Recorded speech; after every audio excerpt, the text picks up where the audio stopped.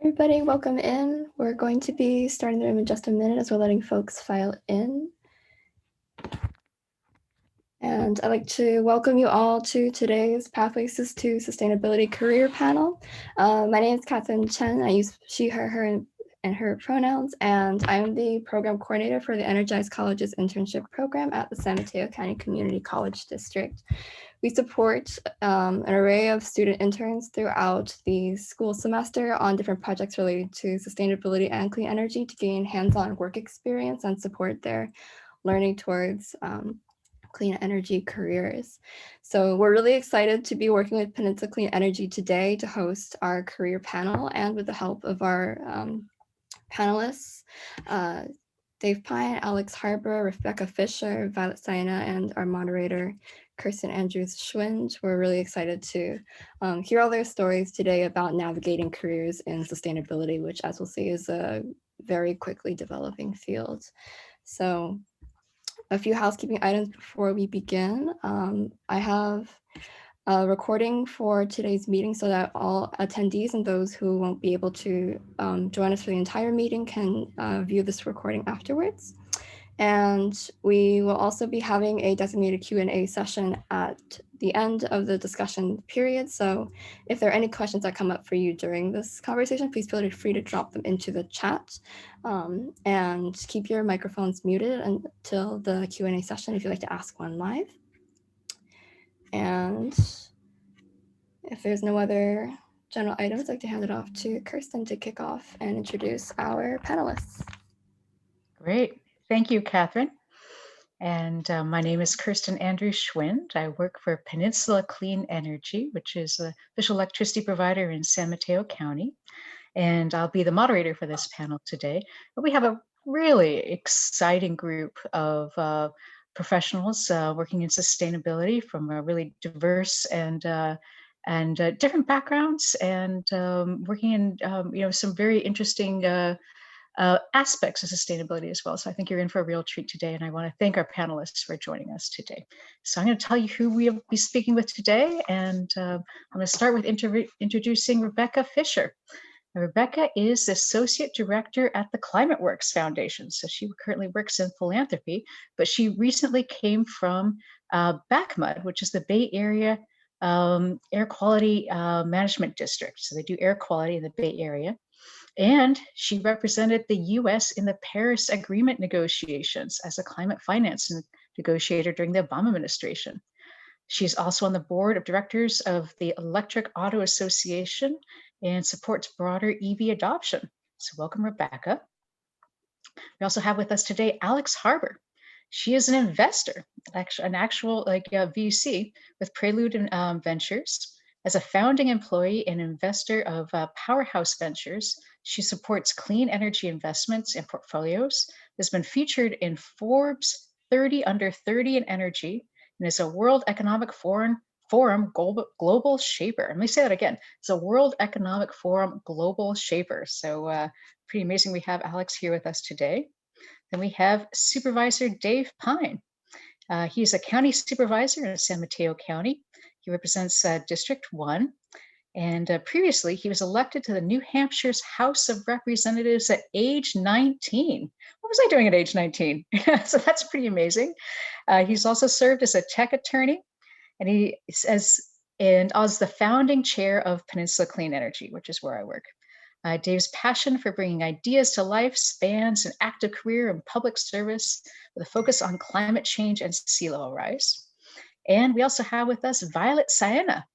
Now, Violet is from Samoa, where she worked as a climate policy liaison for the Pacific Islands and the Caribbean nations, and led projects with, and she worked internationally in climate negotiations there. And you can learn a lot more about that from her. She's led projects with Sustainable Silicon Valley and is currently leading the Climate Resilient Communities organization.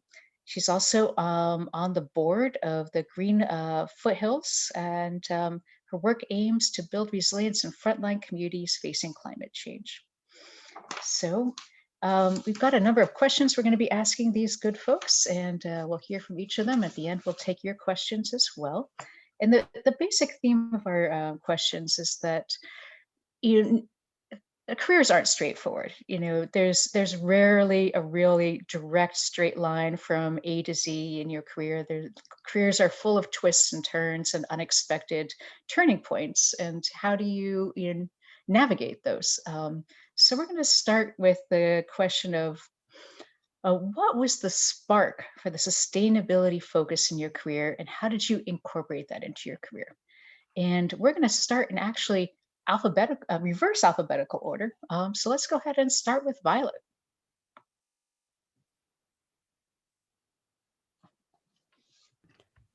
Oh, and Violet, I think you'd have to take yourself off mute.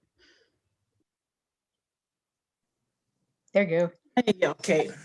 Good afternoon, everyone. Thank you again for the opportunity to be here today and also to share my story, lived experiences, and I hope our event today will help guide you some way with your career paths. So as Kirsten mentioned, that I am originally from Samoa. For me, it was growing up in the islands where my own family depended on the land and the sea for food and livelihoods. My family owned a plantation when I was a teenager, and I always looked forward to travel with my parents and siblings on Saturdays to work at the plantation. Our plantation was up in the mountain, family land in the village called Solo Solo. So we would hike and then work all day, cook lunch from our harvest, like taro and pumpkins, and then enjoy the scenery, which was one side was the ocean, the other side was the river. And in the end of the day, because it's hot and humid in Samoa, I would race down with my brothers to swim in the river before we head back to our home. There's also a river that runs through our family home back in Samoa. And growing up, I remember spending a lot of time cleaning and picking up garbage before swimming because of the garbage that flows downstreams. So I understood at an early age the value of services provided by our environment, and also witnessed the human impacts that can destroy a beautiful, pristine river like ours back home. So I wanted to be an environmental lawyer because I was thinking with a law degree, I can come back to Samoa and sue people who are harming the environment. But then my final year in high school, when I was exploring a degree in environmental law, I was not able to pursue because I didn't meet the prerequisite requirements. I took the wrong papers and I was offered a scholarship from the Australian government to study sociology. Anyways, to cut the story short, I fought back because I wanted to pursue a degree in environment. And I was more passionate in pursuing that than doing sociology. So I was able to do that in Fiji at the University of the South Pacific. So the government of New Zealand offered me a scholarship and I went to Fiji. And I never looked back with my environment career path. I graduated, started working for the government of Samoa as a biodiversity officer to support conservation policies and national parks. And within 6 months, I switched to climate change because it was a government priority. So my whole working life has always been in government or nonprofit as a public servant. I have seen the devastations caused by climate change and climate extremes, and I wanted to help people, especially the most vulnerable. And my drive was because my drive to keep working in this field is the lived experiences that I've seen. I've seen the impacts of hurricanes, the impacts of sea level rise to the people of Samoa and also other countries in the Pacific and in the Caribbean. So before migrating to the US, I've come across communities that are suffering and losing battle with coastal inundation or salinated water supply, and yet they contribute almost nothing to the cost of climate change. So that is my work, and with climate resilient communities today, I continue to work with frontline communities to support effort that can help vulnerable communities to plan and respond to the climate change crisis that we face today.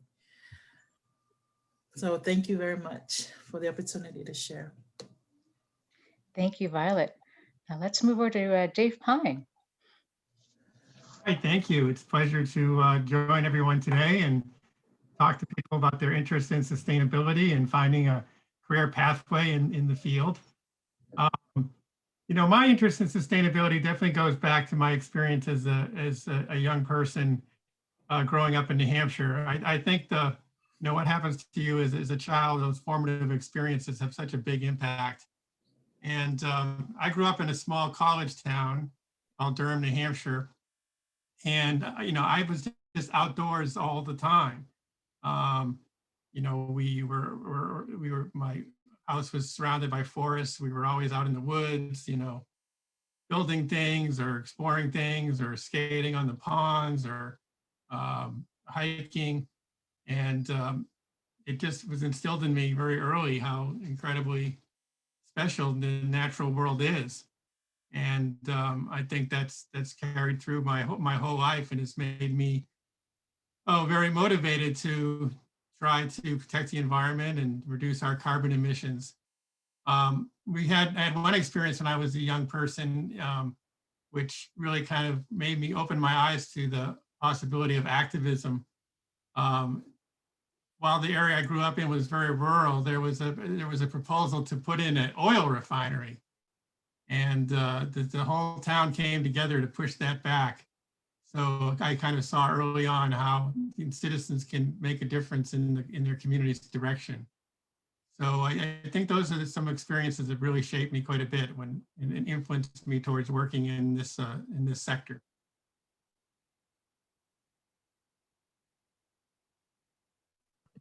Great, thank you so much, Dave. How about, let's hear from Alex.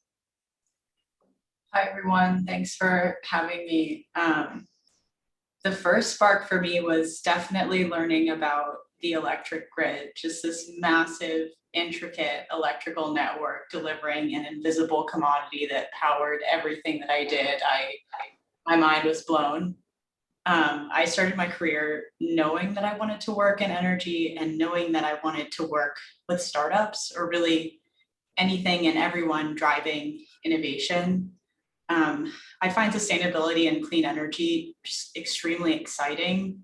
And I've always loved kind of exploring and adventuring in every sense. And this industry feels like a blank map in terms of policy, in terms of technology, in terms of markets.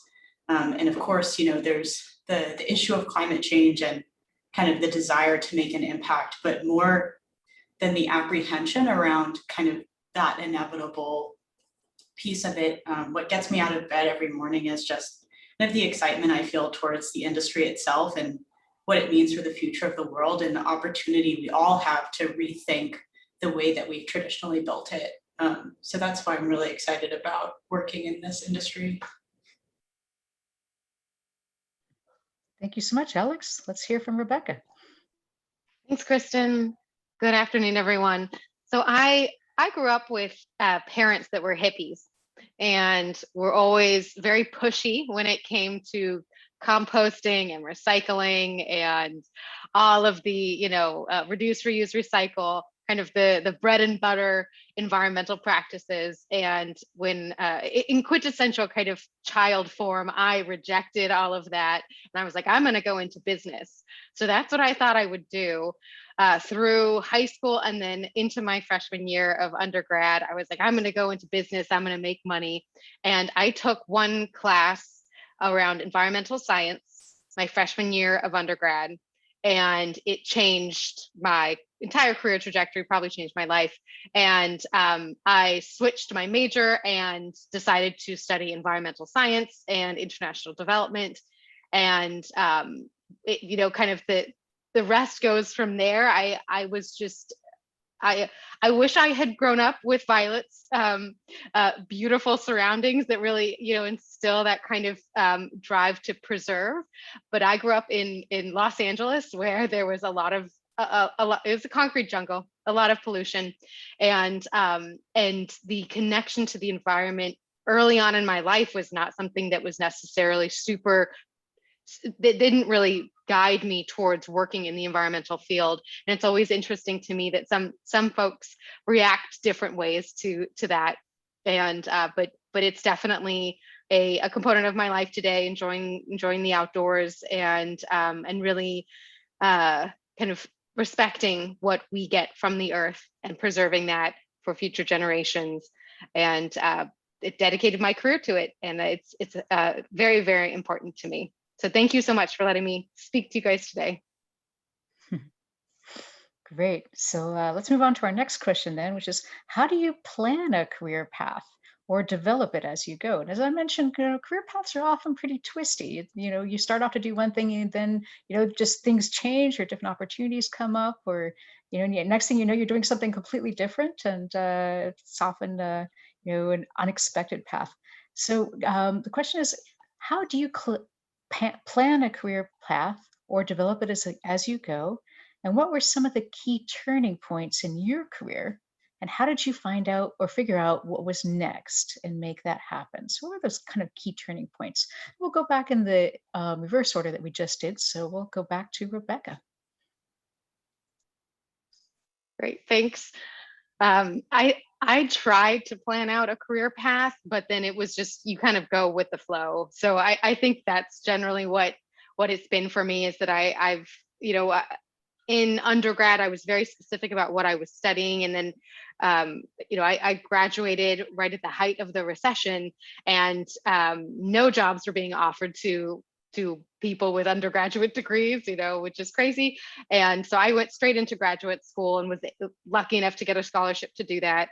And went even further into the environmental field, specifically focusing on environmental economics, because I thought that at the time, I thought that was kind of a gap a bit in the landscape. There had been a lot of work done on conservation and preservation, and I'm sure there was probably a lot of work done on environmental economics. But as this, young person who thinks they know everything, I was like, oh, we need more environmental economists. So that's what I studied.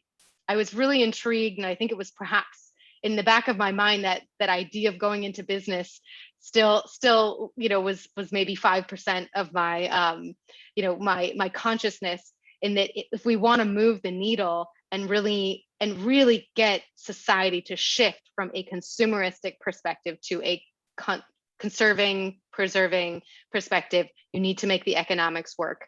And so that's what I went into. And then in terms of, my first job was just the first job that I was offered in a consulting company that, worked for the federal government, for, our clients, federal government, state governments, private businesses.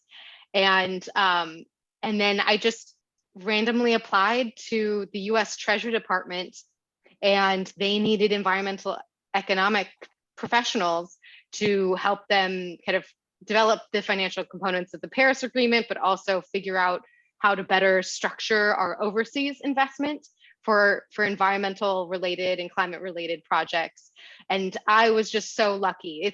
I think a lot of times your career pathways will like turn on just random luck, because I don't think that I was this like the perfect, the one, I think I was just lucky, putting my resume in the right place at the right time, and was given, the chance to really contribute and do something that it's probably the thing that I'm most proud of in my life so far, is contributing to the effort to get the Paris Agreement signed and have meaningful commitments from all countries that signed on to it.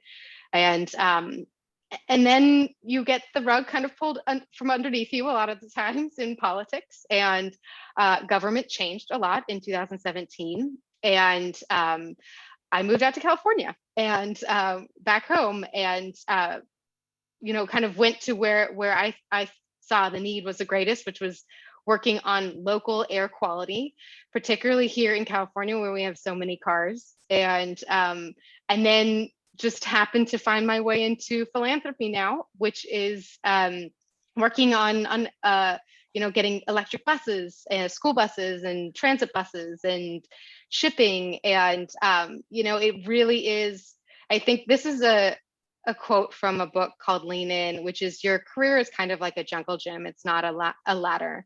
You need to jump around. Sometimes you'll move You'll move to the side. Sometimes we move down, but eventually you'll kind of climb up and you'll have fun doing it. And that's really what my career has been like so far, is a jungle gym, not a ladder. That is such a great analogy. Wonderful. So Alex, let's hear about some of the twists and turns in your career and some of the key moments. Sure, yeah.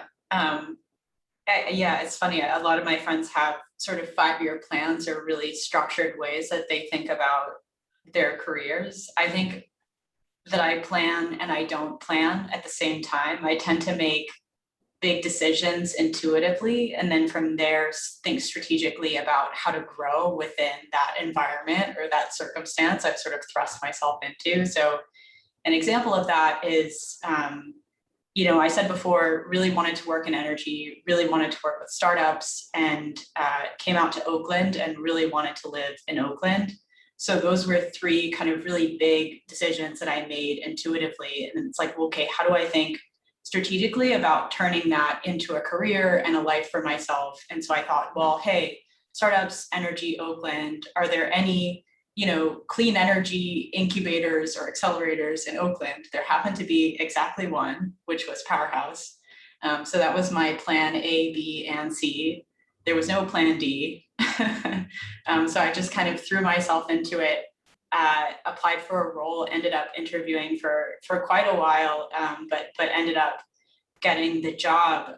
At the time we were, an incubator and accelerator for solar software startups. That's kind of where the industry was. That's where software was. It was really companies that were looking to lower the cost of customer acquisition for solar companies.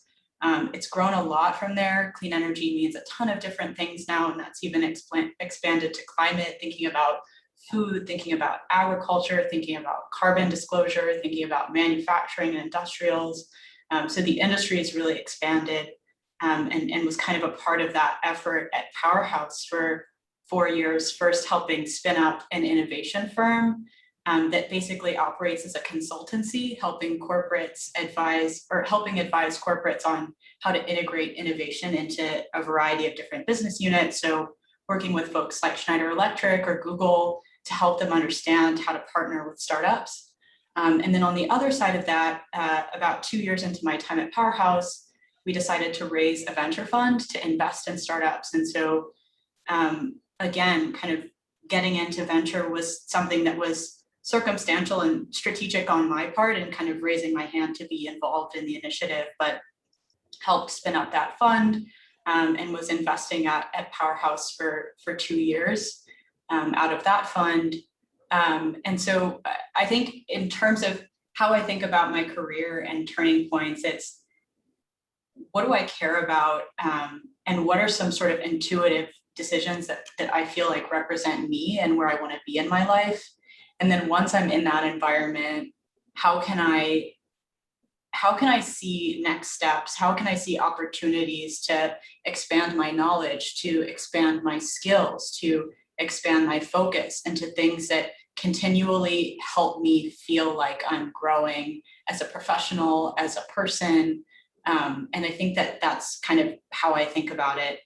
And then I guess, the number one thing that people have told me, and what I try to challenge myself to believe, is that if you're passionate, if you're engaged, if you're hardworking, you don't need a roadmap, you don't need a plan, you just need to kind of operate in a way that's authentic to yourself. And I think that, for me, that feels like it's been the case.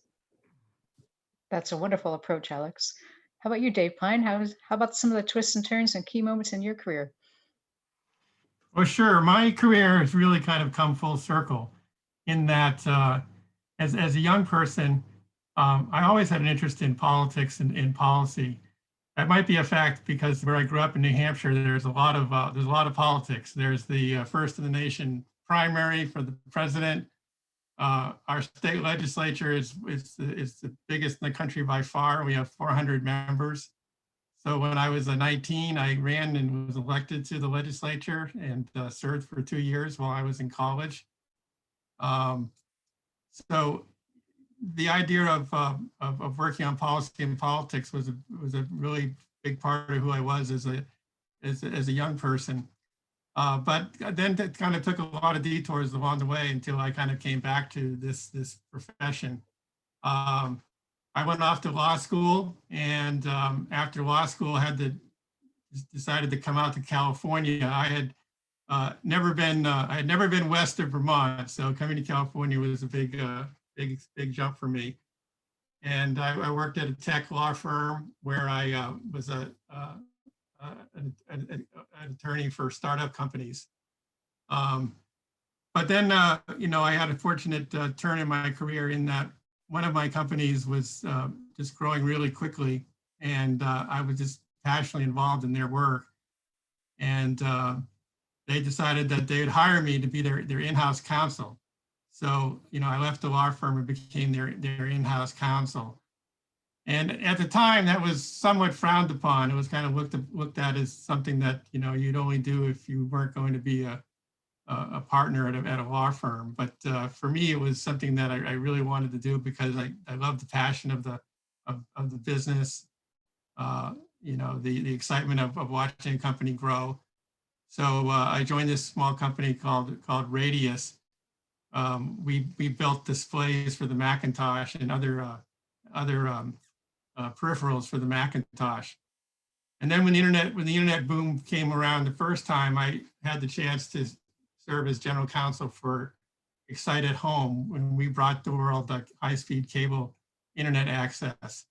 So that was another remarkable experience. I really feel fortunate that I've been able to kind of see Silicon Valley up close and work with some great entrepreneurs.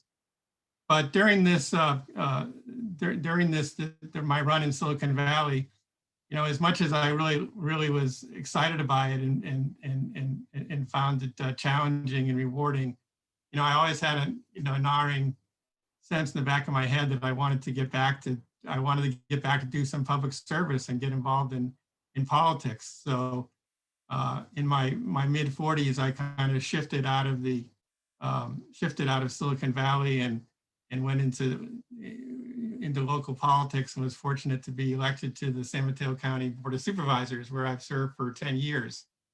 And it's a terrific job. You touch virtually every piece of policy that you can think of. It's been described as a job that handles everything except foreign policy we're involved in as a county supervisor. Housing, transportation, sustainability, human services, criminal justice.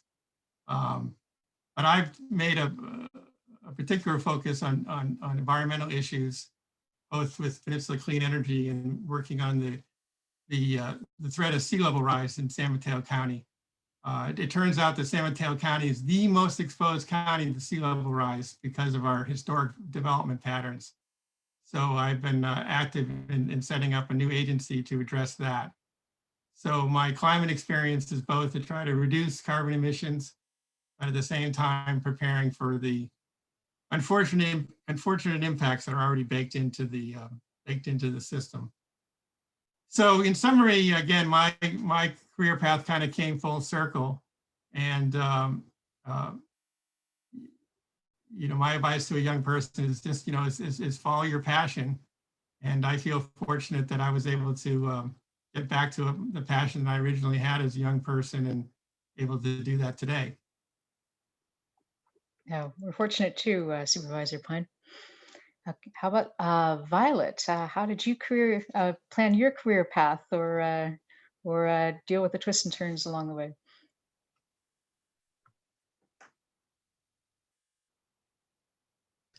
Definitely for me, I didn't really have a plan. I know what I was passionate about, so I was going after a degree in environmental science, and during that time, I found out that I was very, I really enjoyed working outside, working with communities, doing research. And so when I graduated, so I have had a few turning points. When I graduated, I was employed by the government of Samoa as a biodiversity officer. So I was helping, assisting projects and programs around conservation, resource conservation, and I was working on a project for a couple of months out in the district that it was a IUCN funded project, International Union for Conservation for Nature.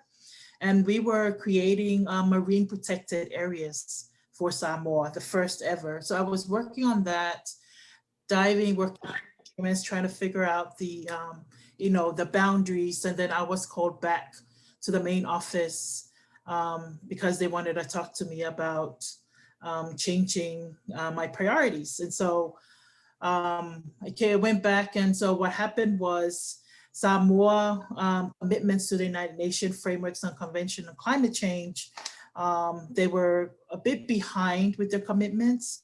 There was no one currently working on implementing climate change programs, and so they needed someone to lead that. And because I was the newest addition to the team, they decided to give me that role. So overnight, I became Samoa's first climate change coordinator or program officer. But it also meant that, I wasn't a climate change expert. My studies were mostly on conservation, resource management. So it gave me more opportunity. They sent me back to school, like short courses. So I went back to New Zealand. I studied vulnerability assessments, mostly methodologies by the IPCC, International Panel on Climate Change. And then I started taking on the role. And for almost 10 years, I became this person that started the climate change program for Samoa, worked on Samoa's first climate change policy. I even built a national climate change community team, a national climate change team. And Samoa was able to meet its obligation. I worked on Samoa's first national communication to the United Nations, first Samoa's greenhouse gas inventory. So all of those baseline work and framework that I worked on, and I had a great opportunity. So again, that turning point, I didn't plan to work on climate change. It was more like, given to me, but I took it wholeheartedly, and also because at the same time when I was learning about the impacts of climate change, I got more into it because I was more exposed to start working with communities that were vulnerable, not only in Samoa, but also other countries. The second turning point in my career is when I moved to the United States. So I followed my husband here, and then I became a stay-home mom for quite a while. And so for almost like 6 years, I started to, I want to go back to the field. I want to go back to what I was doing back home, but I had no idea where to start. I applied to so many jobs, and it was also that same time, the recession, not many jobs. I was also competing. I realized that I was competing with a lot of people that had degrees from here, like Stanford. My degrees were from, other countries. Even my experience, I didn't have any experience locally. So it was a really hard time for me to get back into the work that I was passionate about. So during that time, I even went into the food business. I had a cafe, but at the same time, I was still wanting to get back to the work that I was doing before I moved here. And so down the road, I decided to go back to school. I thought, okay, maybe I'll go back, do my master's, get a degree from the United States college. Then maybe my chances will be good at getting a job. So I went back to Duke and I did my master's, graduated in 2016. But at the same time, when I was working on my thesis, I realized, because my work was more solely focused on climate change adaptation. A lot of my work and my research was, I realized that a lot of the work existed in our area was solely focused on mitigation of climate change. There were a lot of projects around greenhouse gas, the solar panels. A lot of the programs and policies and funding were around mitigation, but there was very limited work around adaptation. And through my research at Duke, I realized that there are communities here, just like Samoa and other Pacific Islanders, that were frontline communities to climate change impacts. And yet, I don't really hear a lot of noises or a lot of programs designed around it. So while I was still at Duke, I volunteered at Actera, and started working at Actera as a volunteer, developing a program called the Green at Home to Grid Ready. And that project was really about working with low-income families in disadvantaged communities to kind of like improve their livelihoods through renewable energy, free solar access, through grid alternatives, home repairs. Again, the focus was community. And I guess that's where my passion is, working with people that are vulnerable and assisting those people, you know, by like providing opportunities that will help them respond and plan for climate change. So the last turning point, I've been with Actera, developing this program. At the same time, I had the opportunity to build climate change adaptation work. And I managed to, you know, collaborate with San Mateo County, work with Supervisor Dave Pine's team, the sustainability team there. There were some grants opportunity to start some work, and, you know, we grew. And so last year, 2020, this is the last turning point so far, which I don't know if I have come full circle, but Climate Resilient Communities, which was a program of Actera, I decided to transition out last year during COVID, September 2020, because I thought it was the right time to really move forward with working directly with communities, addressing communities' priorities to respond to climate change. And that's where I am right now. Great, thank you, Violet. And this next question is actually very relevant to the story you just shared, which is what challenges and barriers have you faced in your career? And what would you advise people who face those barriers as well? And we'll start with Violet and then go back in reverse order. Yeah, so as you know, as I mentioned, you know, one of the challenges that I faced was, you know, when I first moved here to the United States, I didn't have the experience. I didn't know where to start, but that doesn't mean, you know, there weren't any solution to my problem. It took me a while to figure it out. But the other challenge, again, the other challenge that I had was really about, you know, this idea of climate adaptation. I truly believe at that time that climate was already happening. Communities are already affected. And so there was more need to shine on the impacts of climate change. And so throughout my, you know, my own experience, what I really did was I created my own opportunity, right? Through the programs at Actera, I actually really created that program. And it was like creating my own opportunity to address what I was passionate about. I think one of the advantages was having, you know, people believing in you and your vision, people supporting not only my own organization at the time. Actera was very supportive of making it work, but also the donors, the community itself. And so I think that was one of the, you know, the challenge was that, you know, there wasn't any infrastructure for my kind of career, but I kind of like created that along the way. But at the same time, as soon as people were aware, you know, they also had the same concern. So we kind of like, you know, build collaboration, build partnerships around. And so now I'm very happy to say where I am at is that I have this relationship with all the community leaders that I work with, like in East Palo Alto, in North Fair Oaks, in Bellhaven, with new projects that we're starting soon. We're gonna be working in Alviso, even Redwood City, frontline communities in Palo Alto. So the opportunity, our work has expanded. I think the need for it is, you know, the need for it is clear, but you know, that was the challenge. There wasn't anything like this. So I had to create it. I had to advocate for it. And my advice to our students or, you know, participants who are listening is that, like Supervisor Pine said, you know, go after something that you're passionate about. And, you know, even if that's what you're doing, you don't even feel the burden or the stress. You know, it's like doing something that you love. It's always, it will always be a success. Thank you, Violet.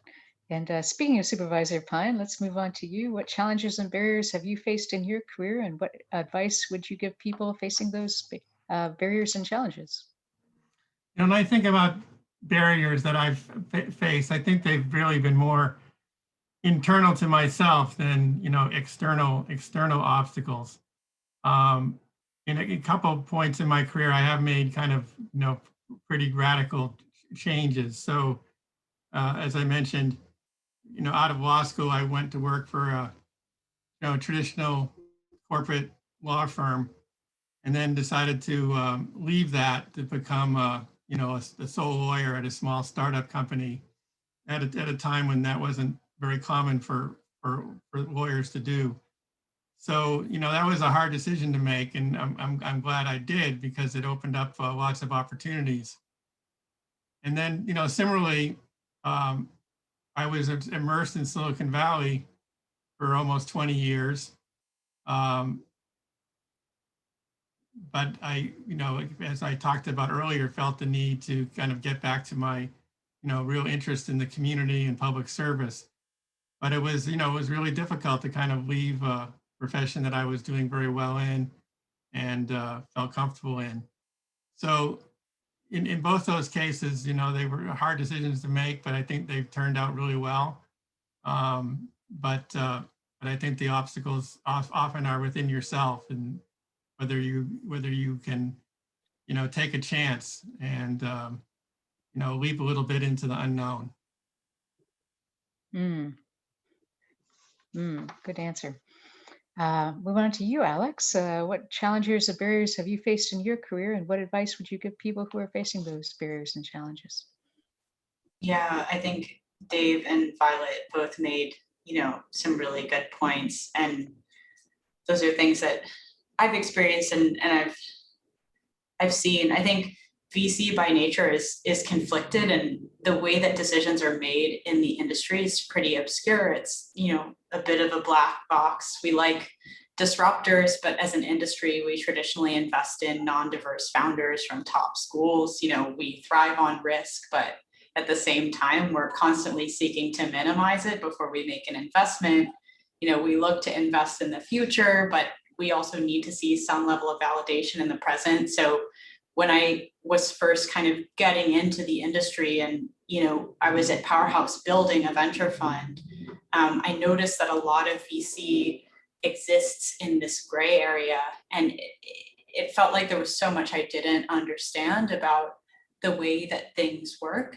I think right now at this point, I feel like the only sort of universally agreed upon metric of success is financial returns. You know, otherwise you would use some other kind of funding vehicle like a grant or a nonprofit or, you know, project finance. And so I think what I've discovered that this means is that, you know, there's no one way to invest. There's no universal best practice. And I spent probably a good 2 years seeking out some sort of like magic system or framework or methodology that didn't exist, at the expense of kind of devaluing what I brought to the table and kind of what our team had built at PowerHouse. And I think that that's something that I still struggle with, is feeling as though, you know, coming from a non-traditional background, there are things that I can't do. There's something that I'm missing. There's this element of not knowing what you don't know. And I think that that's definitely true.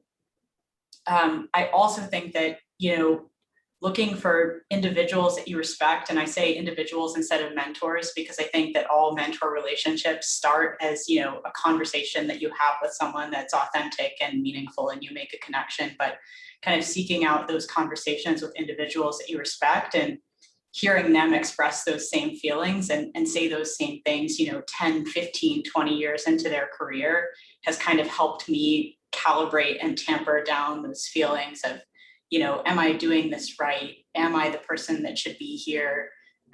You know, is this something that I'm good at? And so I think that, you know, to Dave's point, a lot of the challenges come from within you. And you obviously have those external challenges as well, but the way that you overcome them is kind of how you see them, how you confront them, and how you move past them.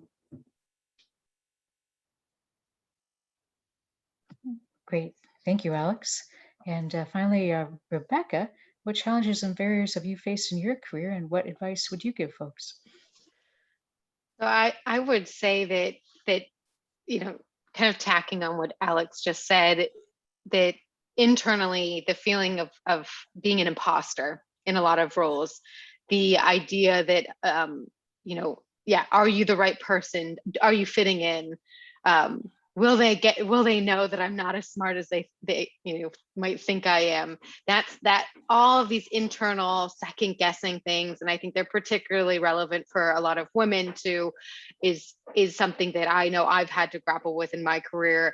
And you know, that luckily I've gotten over it, but it's not, you know, don't beat yourself up if you're feeling that way. It's a barrier that you put in yourself, and you are the one in charge of getting over that barrier. So it's just a matter of being gritty, of kind of overcoming the thoughts that you have that you're somehow lesser than others, and finding a way to kind of empower yourself. And you know, I think that and one other barrier that I do want to touch upon, which is, like, you know, not as inspiring, is the black box of submitting applications to jobs, which just feels like you have zero control. You submit to this online form, and some robot reviews your information, and you have no idea if anyone's even looking at it, and that can be really disheartening. And figuring out how to kind of game that system, particularly for federal government and state government jobs, was a barrier that I had to overcome in my career. And particularly for jobs that have some type of education requirement, that they want you to submit transcripts.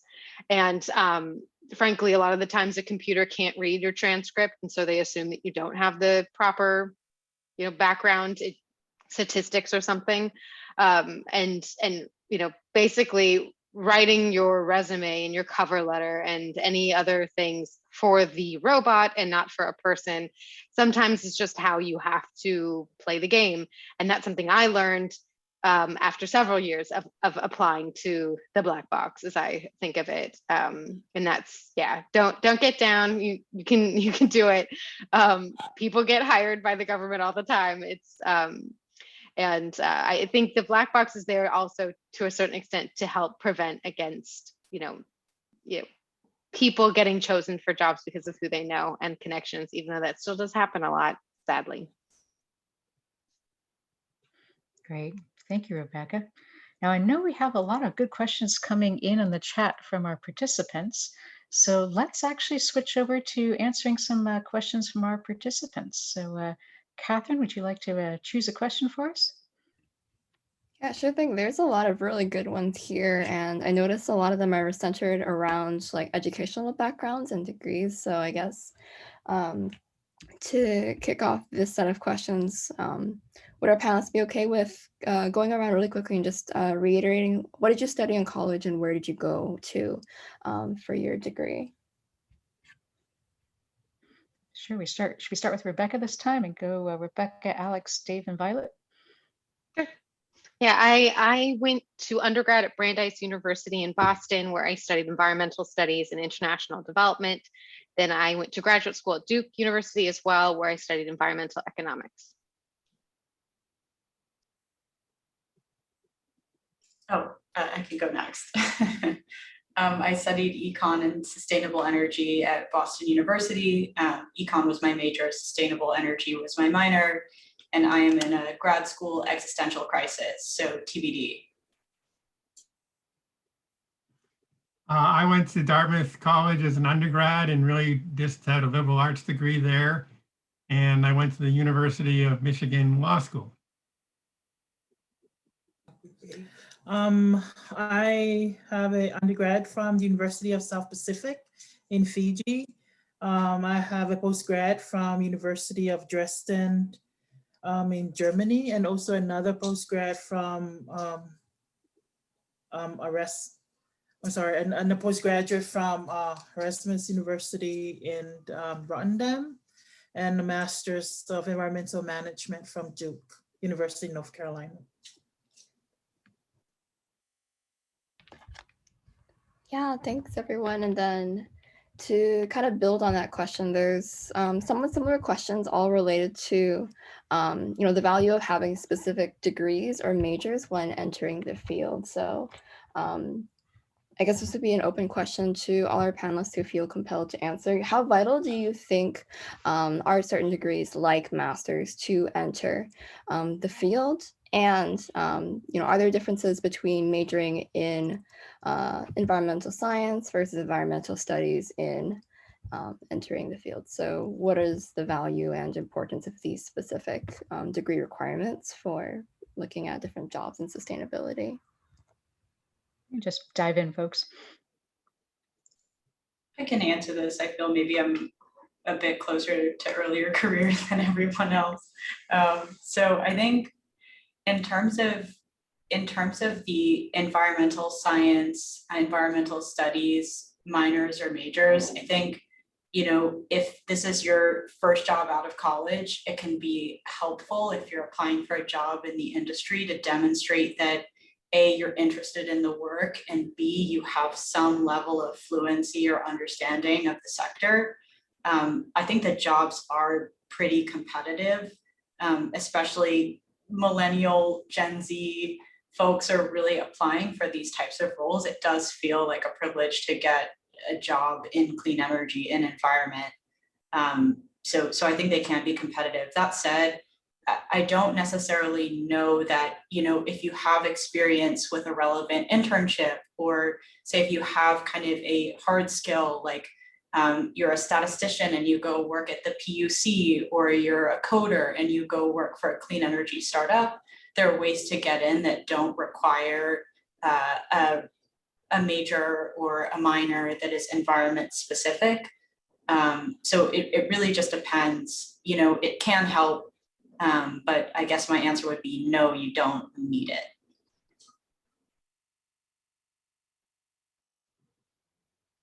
To play the other side of the coin too, I agree with what Alex said. I think it really depends on the industry that you're trying to go into. And from my perspective, I had internships at several different organizations and asked around, and this was in undergrad, and asked around, for your role, did you need to have a master's, or do you the role you're hiring for, are you looking for people with master's degrees, or is a bachelor's suffice? And a lot of the responses I got were like, yeah, if you had a master's degree, it would be like, you would get in, or you would definitely get an interview. And so that coupled with the recession was like, okay, I'm just going to go to graduate school and make the investment now in doing that. It's always a gamble going straight from undergrad into your graduate program, because gosh, what if you go into a graduate program that you don't really like, and or you don't want to pursue that? But there are also a lot of industries that you don't need a master's degree to succeed. I think that's been the case for a long time. It's still the case today. Government, for whatever reason, my experience has shown, likes to have folks with advanced degrees. I would add one thing for sure, though, as you get further and further into your career, what you studied or where you went to college, means less and less, I think, to the people who are making the hiring decisions. So this question is, probably more pertinent to your first job and becomes less important. As you advance to your career, it's always been my experience that, people are looking at the types of jobs you've held and your record of accomplishment at those jobs, and again, where you studied and what your degree was, it's not as important. I think the only thing I would add, which is very similar to Dave Pine, is the experience. I think that has become more and more important. And I myself, I've been on the other side of hiring. That's what I look for, the experience, and also the work that, that you have accomplished during your studies and also your career. So that's also important. So I guess I would say, the degree, a master's or a bachelor, or a bachelor degrees, it's important, but there are also jobs out there that it's who they look at you as a person and what you can bring to the table. And if you have what it takes to work in the field or what the position is. So that's what I would add. Maybe there's one more thing that I'd add that kind of touches on something that Violet said before about creating her own opportunities. Something that I found really frustrating when I was applying for my first internship, I was really late to the game. I kind of didn't realize I was supposed to be interning over the summer. I woke up 3 years in and realized I didn't have anything. And I felt frustrated because it almost seemed like in order to get experience, you needed experience. And so it felt like there was this chicken and egg situation where I was just kind of blocked out and I didn't know how to get in. And so I think, to Violet's point, if you feel like that is the case for you, creating your own experience, building something yourself, getting some friends together and saying, hey, we want to do this specific project. Maybe it's an ocean cleanup, maybe it's community engagement. There's always something that you can do to demonstrate that you're capable and really to kind of make an impact and make a difference, which is what a lot of these companies are looking to hire for, in addition to tangible skills. It's people who are bought into the mission of what they're trying to do. And so I think that that's another thing to think about if you're feeling a little bit blocked out or like you can't find the experiences that you want, you can always just create your own. I love those answers. Thank you. And yeah, I think a really good point that each one of you kind of touched on is that what you studied in school, maybe growing up, we hear about what you learn in college is going to be so fundamental to your future career. But in reality, the further you move from college, that significance decreases across time to be replaced with what experiences and qualifications you build. So I appreciate all those answers. And I think it links really well to the next question, which kind of turns this one on its head. So rather than focusing on specific degrees, what are people looking for in future hires? Can any of our panelists share maybe for your role, for example, specific skills, knowledge, experiences, or if there are relevant degrees that would be important for somebody pursuing a career in sustainability? And you can use your own as an example. I can take this one just a first crack at it. I would say when I was first entering the job market, I got the sense that a lot of employers were looking for very specific, usually quantitative skills. For like entry level positions, they wanted someone who could work in Excel or work in Stata and clean up data or crunch numbers, or were great at putting together PowerPoint presentations, or some really discrete. They were looking for someone to fill kind of discrete tasks, and the job you got would actually expand beyond that. But they were looking for very specific skill sets that are frankly easy.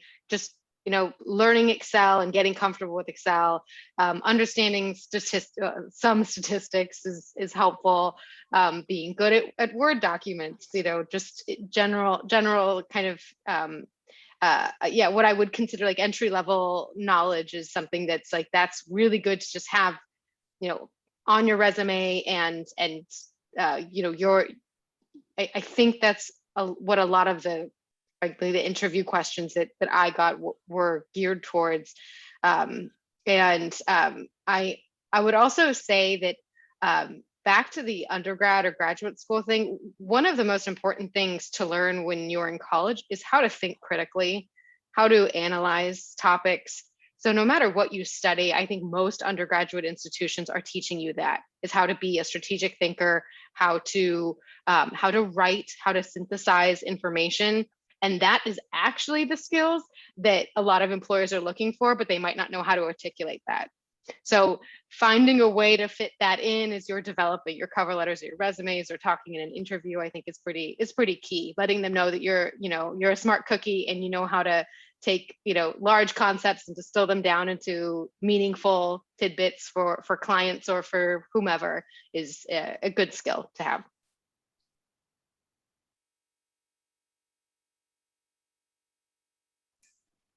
I think,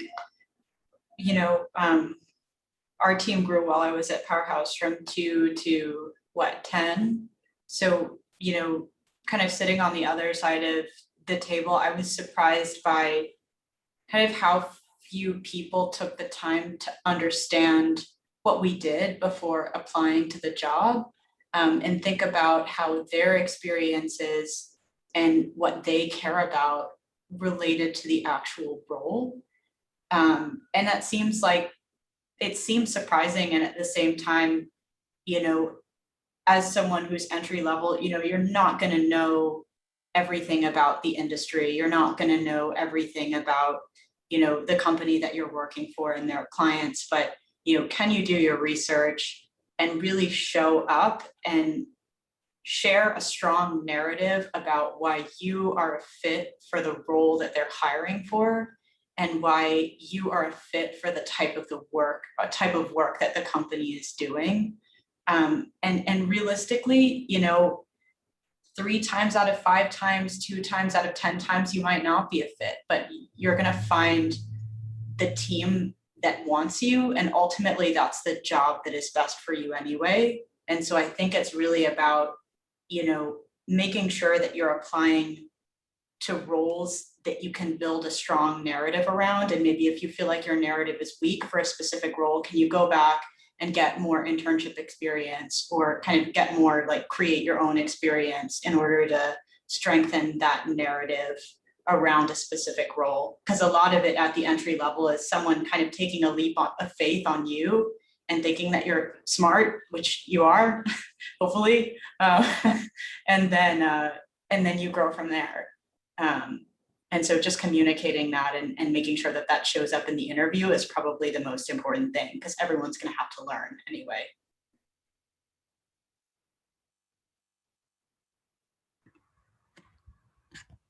Yeah, thank you all. Really good points. Are there any other panelists that wanted to add other thoughts to that question?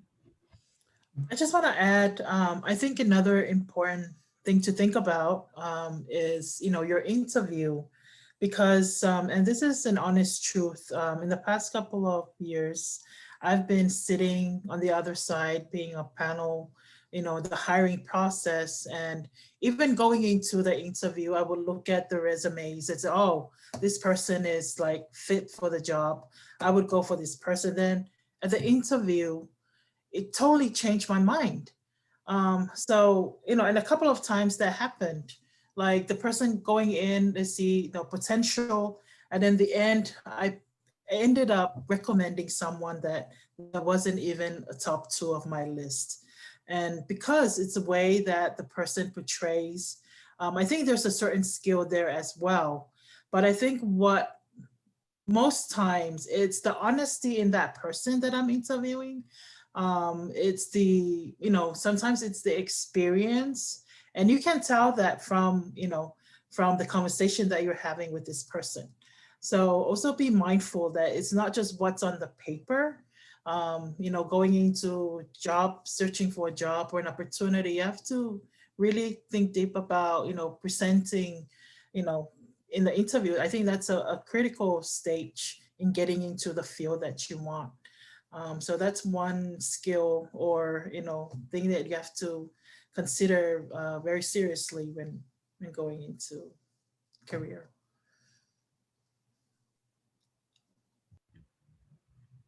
Yeah, definitely. So in addition to the skills and things that you picked up in school, also being able to present that and be mindful of your presence in the actual interview stage. Definitely. Yeah, thank you for all those answers. So I think our next question kind of turns it in a different direction, and I think it may be best suited for Alex to answer, but welcome other panelists to respond as well. What sectors have you seen green investments most concentrated in? For example, is it sustainable mobility, agri-tech, renewable energy, etc.? What do you think? It's everywhere. It's everywhere. I know it's not a helpful answer, but I think there was one Andreessen Horowitz quote that was like, software is eating the world, and it feels very much like climate and sustainability is eating the world with, the Paris Agreement, Joe Biden moving up the timeline from 2050 to 2030 for net neutrality. We have net zero building mandates in New York. We have, companies committing to carbon disclosure up and down their supply chains. And so I think there is kind of this movement broadly across a number of sectors that whether it's carbon tracking, whether it's sustainable generation, whether it's kind of novel materials, like how do we make things better? One really cool area of diligence that I'm looking at now is prefab construction and manufactured housing. So thinking about rethinking the construction industry, basically. Sidewalk Labs, which is a subsidiary of Alphabet, which is a parent company of Google, and Gensler, I think the largest architect in the US by revenue, just constructed a 35-story mass timber residential high-rise, which is the tallest mass timber building in the world. So there's just a ton happening that's just really, really exciting. And I think that if you're interested in climate, just pick an industry first and then do your research to see how climate is impacting that industry, because I guarantee that it is. Can I just add something to Alex? You reminded me of how I was feeling after I graduated from graduate school. I couldn't figure out what I wanted to do. I was like, there's water, there's air, there's climate, there's soil, it's such a huge market. And so I ended up deciding to go into consulting with a large consulting company. And the benefit of that was that they did all of it, and I could just plug in, and I was doing, I was serving maybe 6 to 10 different clients at a time, working across lots of things. And I was able to kind of figure out, well, what do I really like? What am I really interested in? What am I good at? And that was just, it was almost like multiple internships shoved into one job. And I felt like that was really helpful because I did not know what I wanted to really focus on after graduating. So, if you're in that situation, don't worry too much. You can find your way. I did the same. I lived on I'm sorry about the background noise. I lived on a friend's couch for 3 months in the Bay Area. And before I graduated, registered for a bunch of conferences, which obviously you can't do now with COVID, but as a student, you can get free or very deeply discounted tickets. So if you're looking to understand what's happening in the industry, attending some of these industry conferences, hearing from companies and folks at the companies that are leading a lot of these initiatives is a great place to start in terms of understanding, like, what piece do I actually care about? What sounds interesting to me? Absolutely. I definitely think I personally didn't know about like industry conferences until I was pretty late into my college career, but to know that when you're a student, you have that discount makes it that much easier to go and learn with people that are already in the field, I think is something that definitely more students would, definitely should know about.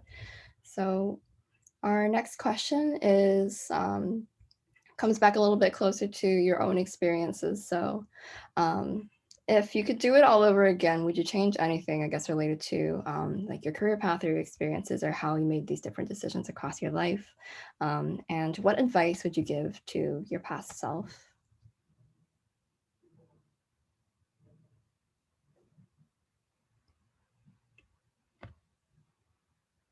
I need to think about it for a bit, but whoever feels compelled to answer first, please feel free. I can start. When I look back at my career, I feel good about the fact that I took some chances and they worked out well. But I think there's always we're always presented with opportunities to try something different, and we should always not take a close look at those. It's okay to take risks. I would say also, particularly earlier in my career, I would say I don't know, worry is the right word, but, trying to figure out or kind of weighed on my mind where I was going and what my path was. And, I think things have a way of working out. So I would say, worry less and have more trust in yourself that things are going to go in the right direction.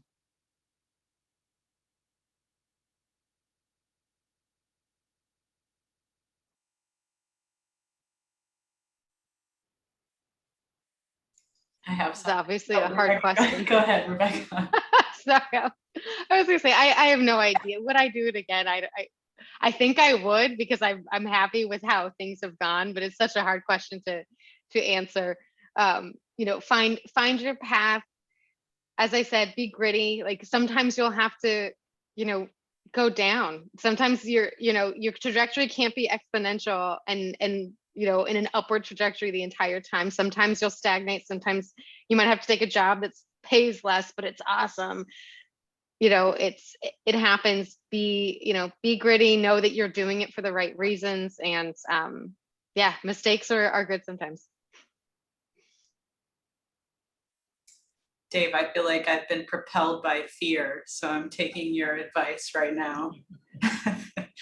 But yeah, I'd say like the only advice I could give is advice that's worked for me. I wouldn't change anything, but it's got to be, you know, be bold, put in the work, go to the event, make the ask, like take on the additional role or the extra work. And like this is the time to explore and to take risks and invest in your growth. So yeah, go nuts.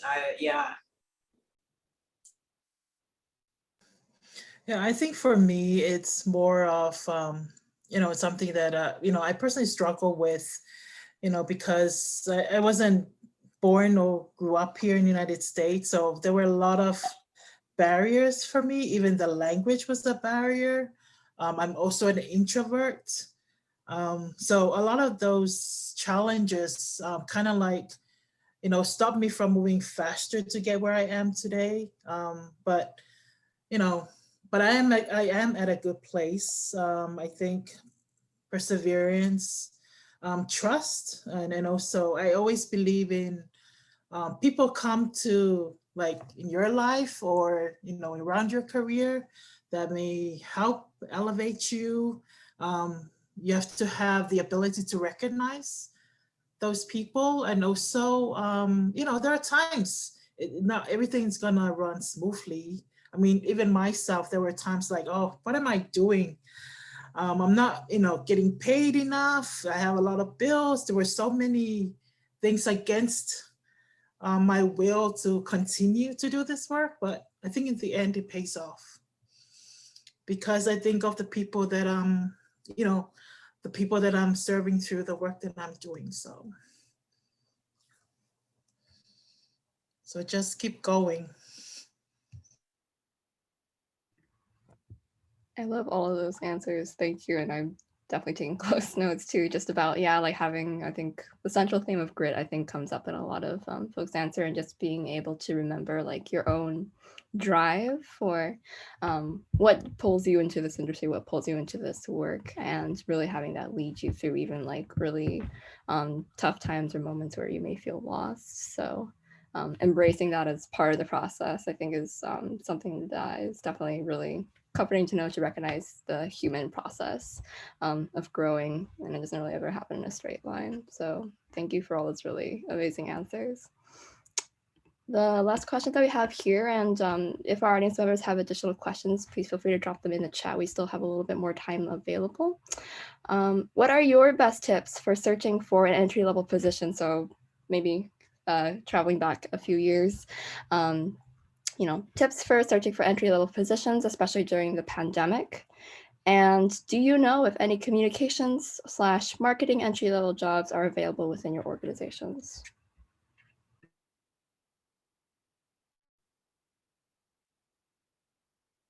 I can take this one since I just got a job during the pandemic.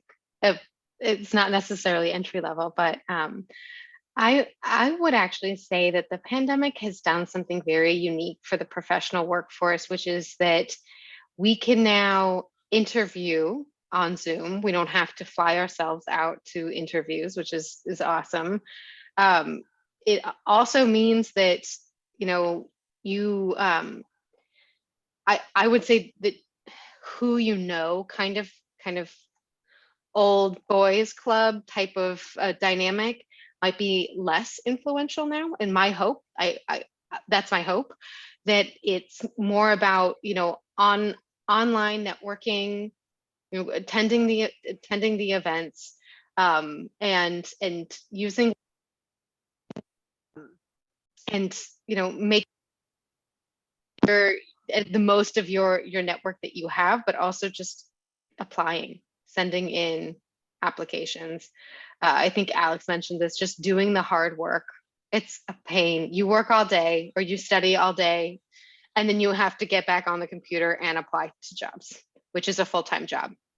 So, like, give yourself a pat on the back. You're doing like 2 jobs. If you're going to school and applying to jobs, or if you're working and applying to jobs, you're doing 2 jobs. And a lot of us have another job at home taking care of things. And so it is a lot. And my experience in terms of entry-level jobs, I felt like consulting was a great spot for me, particularly because I could try things. It was like the full menu of like, here's the environmental career path. Here are all the options. I worked on oil spill response. I worked on groundwater recharge. I worked on, migration because of climate change. It really allows you to have a lot of different experiences that then you can pull from when you're having interviews for that next job. And that's something that I found very powerful from my experience. Also, internships are fantastic. I think we've gone over that too, but having an internship that you can be like, yes, someone hired me and I did a job and I was good at it, and they can vouch for that is I think that is the key. And a lot of school programs have internships that are like already set up. So hopefully that helps avoid the issue that Alex had mentioned, which is like, you can't get experience until you have experience. It is kind of this catch-22 situation. That's my recommendation for entry-level jobs, particularly during the pandemic. I think we're actually seeing an upward tick in hiring now. So hopefully that bodes well for all of you who are searching for a job. I'm actually hiring for a early career communications position. Peninsula Clean Energy is hiring a community outreach specialist, and I just put the link in the chat there, and so go check that out. There used to be a ton of job boards that were around clean energy and climate, but I think now that things have gotten so big, it's hard to keep track of them all. It's funny because they all exploded and then kind of died off. There's one called enviro.org. I can put the link here.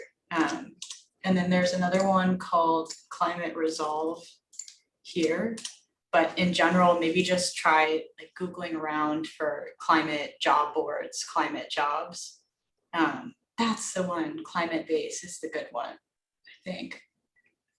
But anyway, there's a couple of them that track jobs. And then something else to think about too is regardless of where the economy's at, startups are always raising money and trying to hire. And so, if there's a fund that you like, maybe look in their portfolio and see if their portfolio companies are hiring. That might be another route.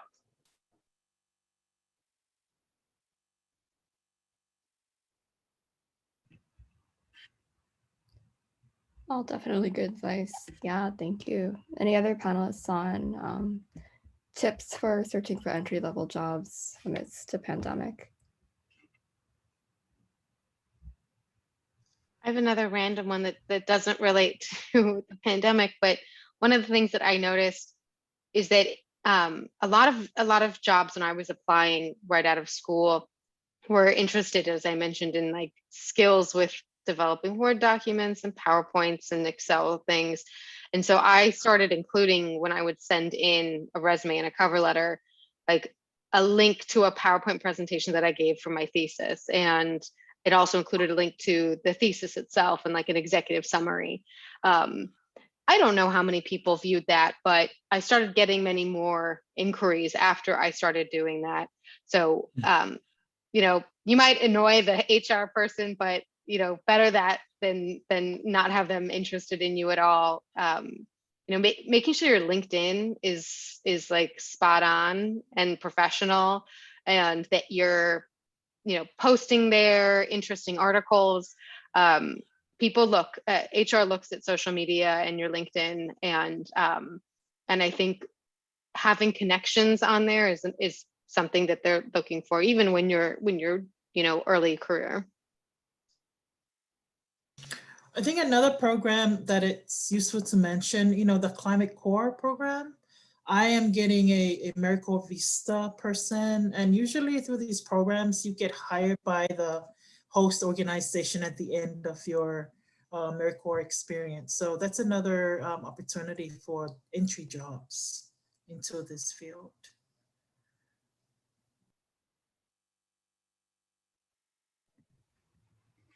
Really quickly, as somebody who's in the Climate Core program right now, it's a really great experience to really work in a organization that's currently supporting different types of sustainability and climate projects. So it is like an internship, except that it's 10 months long and you work for 40 hours a week. So it really is simulating work experience with that specific organization. So I put that link in the chat as well. Great. Well, it looks like we've answered most of our questions. So how about we turn it over to our panelists one more time for any final thoughts that you'd like to leave our audience with.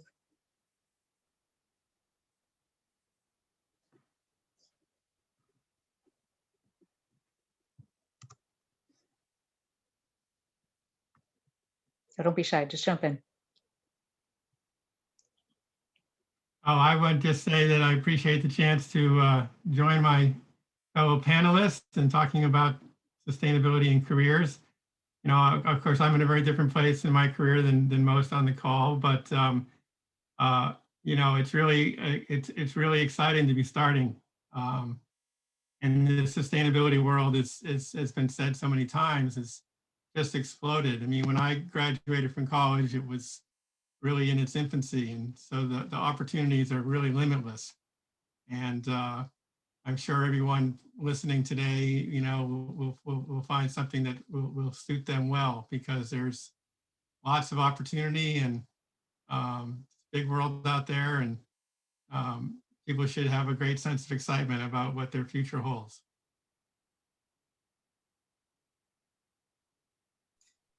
Yeah, just echoing Dave, you all have chosen well. It's a big industry, but kind of a small world. So I'm sure we'll be seeing you around.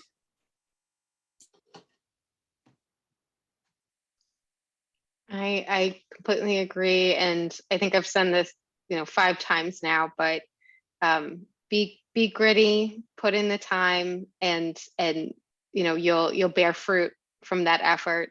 And I would also say that a career in sustainability and in environmental work is incredibly rewarding. And it's perhaps hard to see right now as you're going through your studies and grinding away at trying to get that first or second job, but it is incredibly meaningful, and it makes you, it brings you a connection to something more than perhaps you would get if you pursued accounting, or not that accounting is bad, but something that was less, frankly, altruistic. You guys are going into an amazing field. We need more people in this field, because we obviously need to move towards greater climate adaptation and mitigation work. So thank you for investing your future selves in this career space, and really best of luck, and thanks again for letting me chat with you guys today. As for me, I